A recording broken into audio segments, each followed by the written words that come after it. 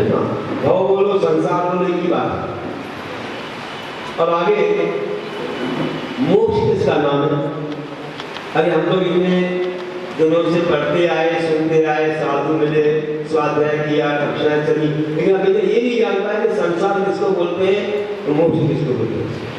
ये परिभाषा हमको मालूम नहीं पड़ी, आज मालूम पड़ी आपको। अरे जहाँ रहते उसकी तो परिभाषा मालूम होनी चाहिए, अपने घर का तो एड्रेस सब जानते हैं। तो संसार किसका नाम है बता दिया कि चारों गति के भ्रमण का नाम संसार। चलिए आपको याद, अब मोक्ष की परिभाषा और याद कर, जिसके लिए सब कुछ कर रहे हो, सुबह से उठते हो, जाप देते हो, दर्शन करते हो, पूजा करते हो, अभिषेक करते हो, स्वाध्याय करते हो, दान देते हो, नियम संयम पालते हो, मोक्ष के लिए। तो मोक्ष किसका नाम है? मोक्ष किसको बोलते हैं? मोक्ष कहाँ है ना बताओ? नीचे है, ऊपर है, ऊपर सारा कदम आदिवादी में है, मंदिर में है कि कहीं सिद्धि से कहाँ है?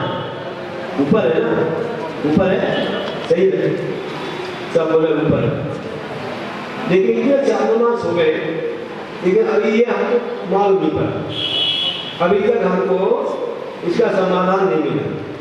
अभी सही नहीं बोला किसी ने।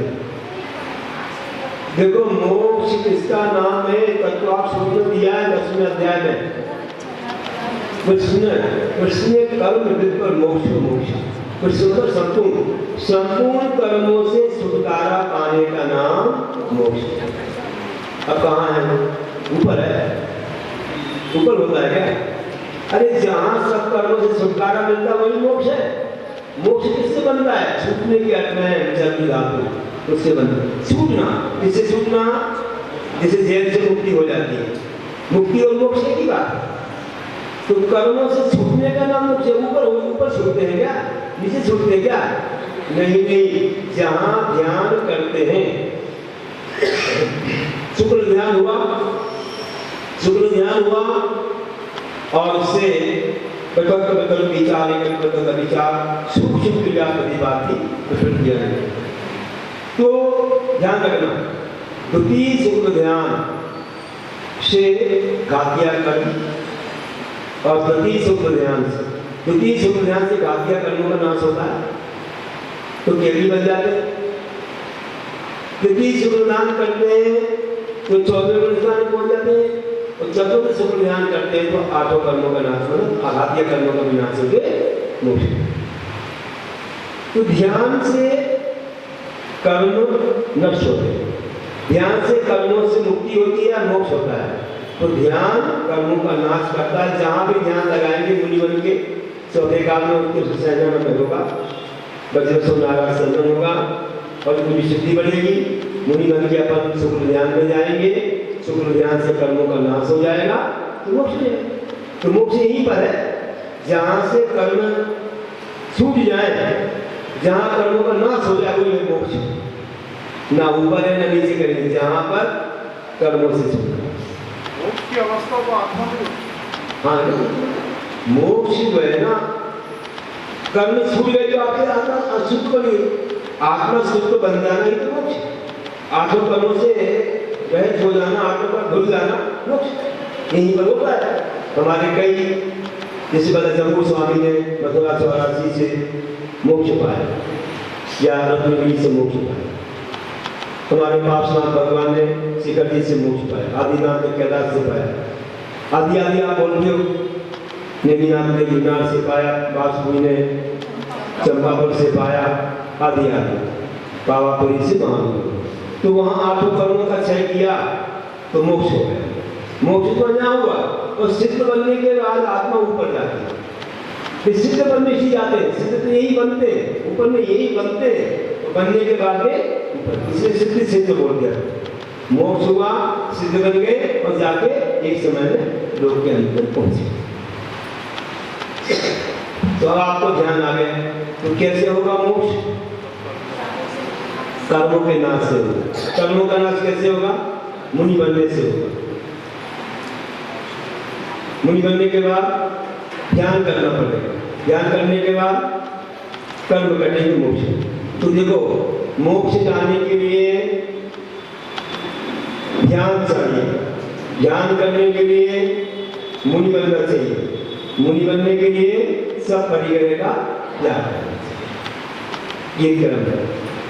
इस प्रकार से जानिए तो पढ़ रहे हैं हम लोग कि सर्व कर्म का नाश जहाँ होए मोक्ष,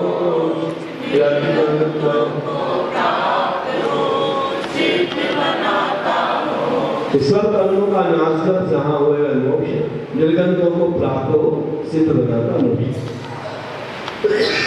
निर्गंत कौन होते हैं? मुनिराज, मुनियों को निर्गंत बोलते हैं। निर्गंत मतलब परिग्रह से निर्गंत हो गए तो निर्गंत। उन्हीं को क्या बनाता है? सिद्ध बनाता है। ये बताओ कि सभी लोग सिद्ध बन सकते हैं क्या? सब पूरे जितने जीव है लोग के सब सिद्ध बन सकते हैं? नहीं बन सकते। केवल भक्त ही बन सकते हैं, अभक्तों को मोक्ष नहीं। बताओ तुम लोग भक्त हो क्या भक्त हो? पक्का? कहाँ लिखा है? लिखा है क्या? लिखा है? तो आप भी चले जाते, समुद्र की चक्कर लगा के आ जाते। तो कहाँ लिखा है ऐसा कि तुम सब भक्त हो? तो तुम अकेले की बात थोड़ी हम कर रहे हैं, हम तो बहुत लोगों की बात कर रहे हैं। सब किसी का जीवन में होगी क्या? कोई बाकी तो नहीं है? कोई बाकी हो नहीं सकते। तो मैं कह रहा हूँ ठीक है, शेखर जी की वंदना भक्त होती है। मैं कह रहा हूँ कि भव्य आत्मा कौन होता है? भव्य किसको बोलते हैं?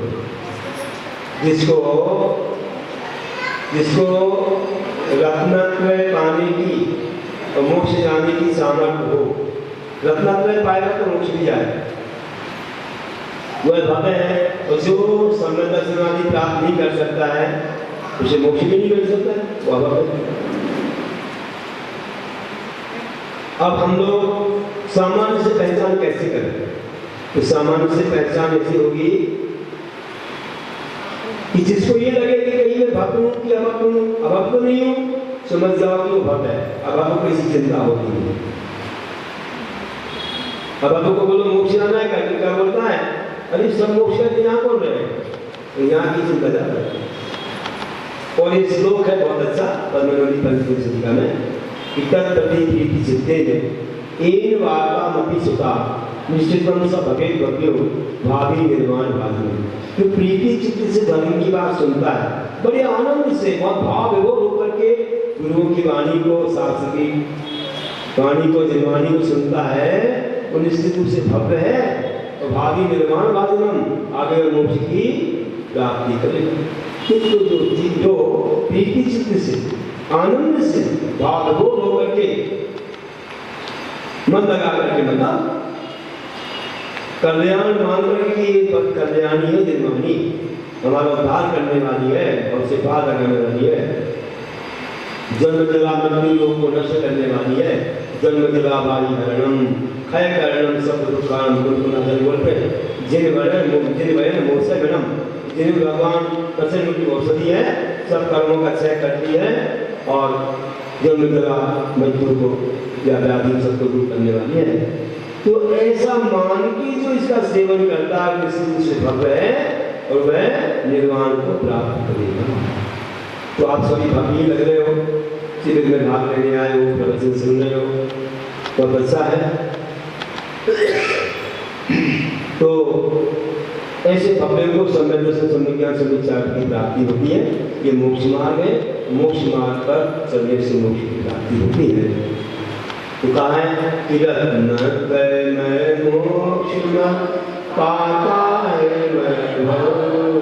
मोक्ष मार्ग मोक्ष को पाता नहीं। इतना हमने जाना। अब थोड़ा सा और बोलता हूँ, ये वाली पुस्तकें थोड़ी कम हो सकती हैं और आने वाली हैं, अभी मंगाई है। ओम योग है। ओम योग का अर्थ क्या होता है? ओम में पूरा द्वादशांग समाये, ओम में 500 परमेष्ठी समाये, ओम में ऐसा कोई योग नहीं है जिस समायित ना हो, सब कुछ समायित है। और ओम से ही हम लोग मंगलाचरण करते हैं। ओम से ही सिद्ध, ओम से ही शांति धारा प्रारंभ होती है। ओम से हर एक कार्य की शुरुआत होती है, क्योंकि ओम जो है वह बीजाक्षर है और द्वादशांग परमेश्वरी का वह बीज है। देखिए, हम लोग ओम योग को समझ रहे हैं, ऐसे कई लोग अहम योग, कोई भावना योग, कोई और भी तरह के योग करवा